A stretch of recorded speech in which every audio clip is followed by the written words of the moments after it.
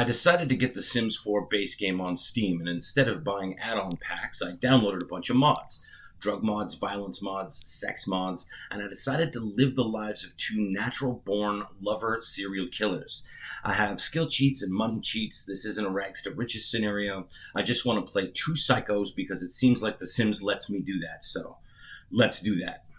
What I've built for them is a party pad. I want big social gatherings here so that I have access to a plethora of victims. We have a bar with a stripper pole, a performance area for artists. We'll be writing some music there. A nice fancy dining room and a grand piano. Simple bathroom with some snobby art on the walls. And we have our sexy bedroom. We got mirrors on the walls, awards for performance, a hose to hose off after, some rubber aprons for when it gets nasty, and a rainbow flag. No judgments in here, just have fun your way. Then we have the study and a functional kitchen. There are no screens in this house, no computers, TVs, tablets. We'll have to entertain ourselves otherwise. That's my favorite way to play, by the way. The only thing I'm missing is a murder basement. The idea is to lure some people into a Silence of the Lambs cage and let them live out their final days while I paint their experience. Classic psychopath. I figure I'll lure them in with a game of chess, leave the room, and replace the door with a window. They have a crappy chair and some music in there. No food, bed, or toilet. We'll see how it turns out. So, we begin with Killer Ryan and Killer Holly. Their aspirations are to be disliked and to prank people. They get started on each other. They're messed up people, but the same kind of messed up, you know? The game always starts off with the welcome wagon, which is perfect, so we invite the neighbors in. Might as well put on a happy face and find an innocent victim.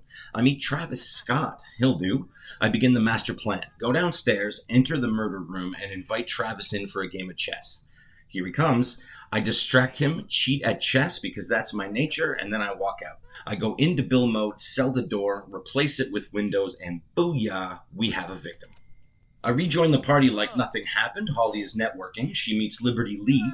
I cheat up their friendship so they're besties, and now I can assign Liberty as a drug dealer with the basemental drug mod I've installed. Quick tutorial on that if you've got it. I click on Liberty, more choices, drugs, settings, and all the way down at the bottom we find assign NPCs. So I click drug dealer and select Liberty. Bingo. Now when I click on her and select drugs, we can buy some drugs just like that. We'll need some bags of cannabis, bags of MDMA pills, and why not a big fat bag of cocaine, and some speed, and ketamine, and some acid. In order to smoke some of our purchases, in the phone under drugs, I send Holly to the basemental head shop. We need rolling papers. Ryan amuses himself by lying to the ladies about his career. Must be something along the lines of, one time I jumped out of a plane. Yeah, and like Sean Connery in Highlander 2, I landed on a Shakespearean stage during a performance. And that's how I came up with the idea to invent Bitcoin. Yeah.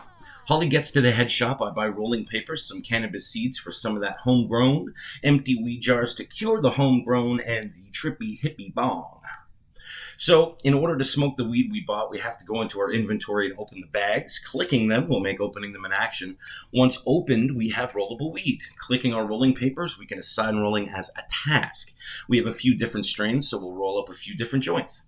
Now those joints are in our inventory. We can smoke them directly or click on someone and share the joints with them. Holly and Ryan have a little session. Do you know that everyone you've ever met knows a different version of you?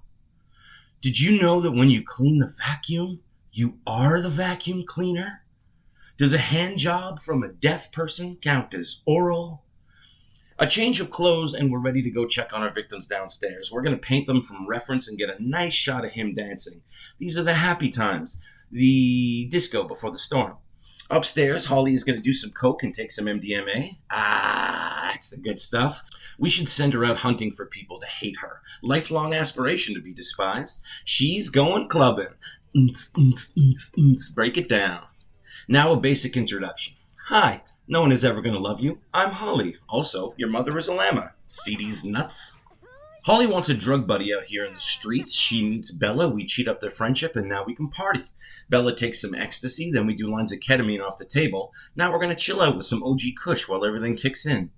If you weigh 99 pounds and eat a pound of nachos, are you 1% nacho?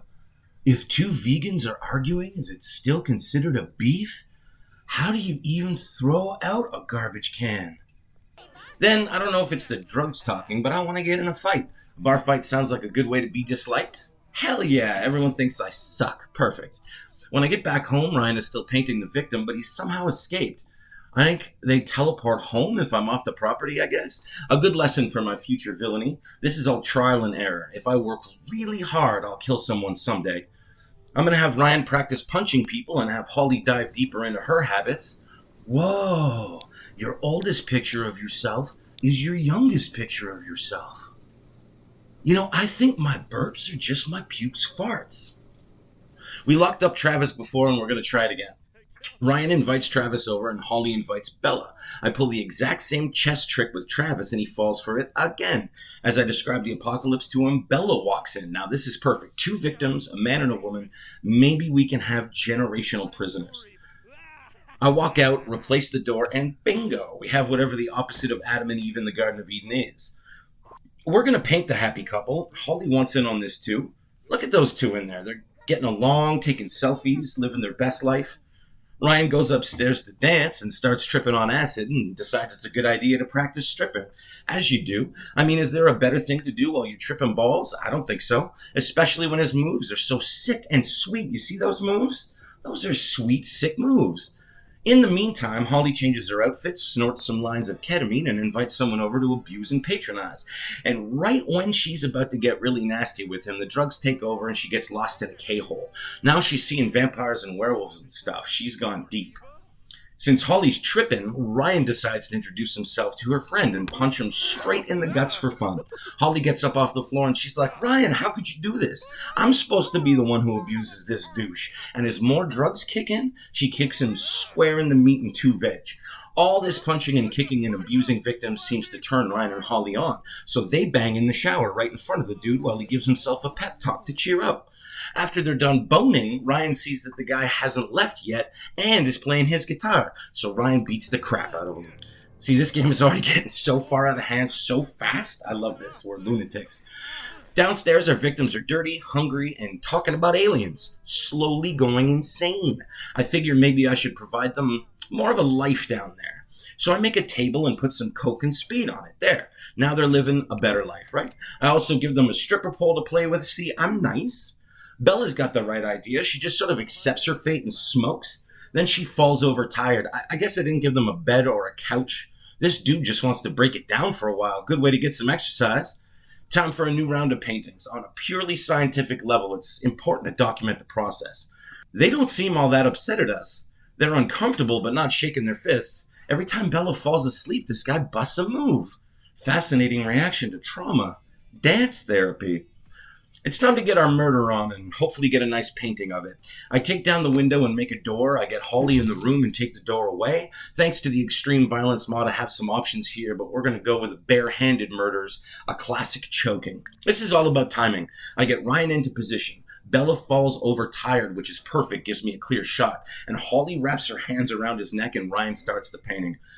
I can't find a great shot, so I quickly switch canvases and hope there's still time. Much better. Beautiful shot. While Bella mourns the urn of her ex-roomie, I get Holly through the door to the other side. Ryan finishes the painting and puts it up on the wall. Look at that masterpiece. Could put Holly away for life. Let's frame it. Here's where things go south. I want to get Holly now painting one of Ryan's murders. So I take down the glass and set up a door. As soon as I do, Bella beelines for it. As I take the door away in build mode, she's already halfway through it. Even walling it up, she's free. I'm such an amateur murderer. I try to get Holly to finish the job, but she hesitates at the top of the stairs and Bella escapes. This is a disaster. Ryan, feeling dissatisfied, calls forth the ghost of the urn. Now he's my prisoner again until he learns to phase through walls. I feel I need to upgrade my murder basement, maybe include some modifications like a grand piano, a toilet. I had a bath and a couch. I'm trying to be nice here. I had a mini fridge. I'm told that if I make food in my kitchen upstairs and put that food away in my fridge, my prisoners can access that food from their mini fridge down here. I'm essentially making a functional apartment for my victims. And now it's time to paint the ghost of the man that haunts me. Beautiful shot, proves the supernatural is real. Lots of psychological consequences for Ryan there. Then I make Holly cook a gourmet meal so my victims can eat when they're hungry. You couldn't ask for better captors, really. That right there is a creepy, awesome painting. And with the other painting, it tells his story. Guy gets choked, guy becomes ghost, beginning, end, no need for a middle.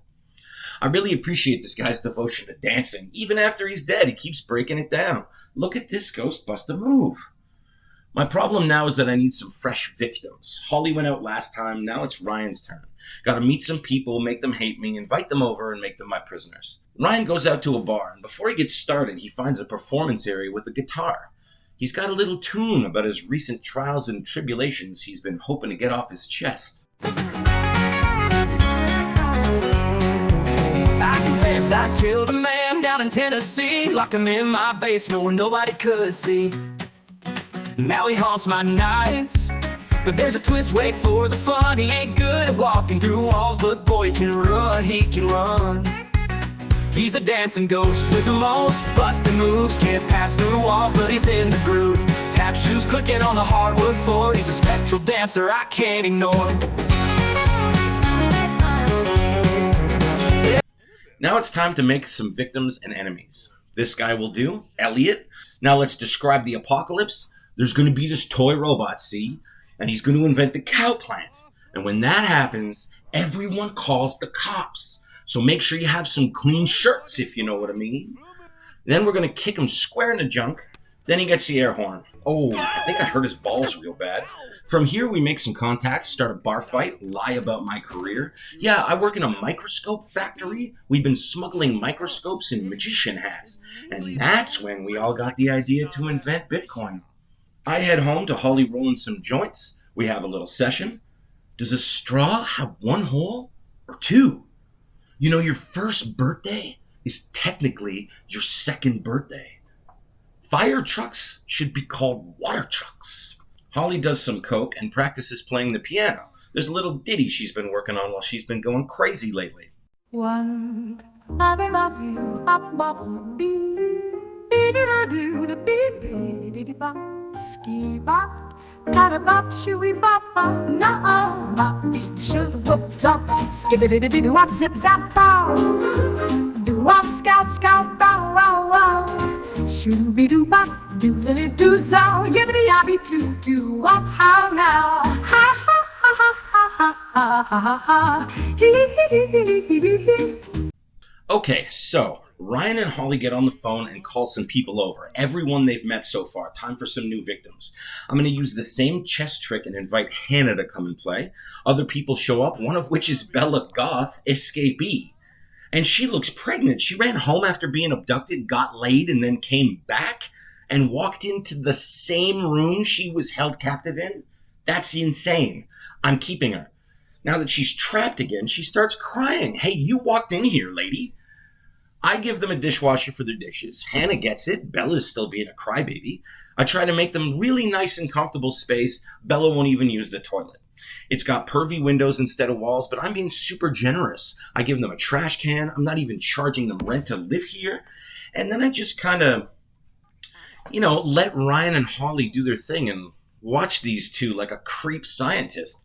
Just watching them live their lives, seeing how they manage.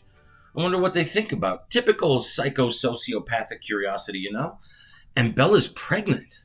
What happens when she has that baby? Does it grow up in my jail knowing only the life of being a prisoner? Do I teach the kid to smoke weed and steal from people? Do I let the kid loose on the neighborhood without a mother to guide it? This is how all you guys play The Sims, right? I'm not crazy. You're crazy. I'm not crazy. You're crazy. I'm going to cut it off there because what happens next really kicks it up a notch. I'll save that for the next video. But I'm having a hell of a lot of fun doing this, and I'm really excited to see how it all turns out living the lives of these two lunatics. So thank you very much for watching, and I will see you soon.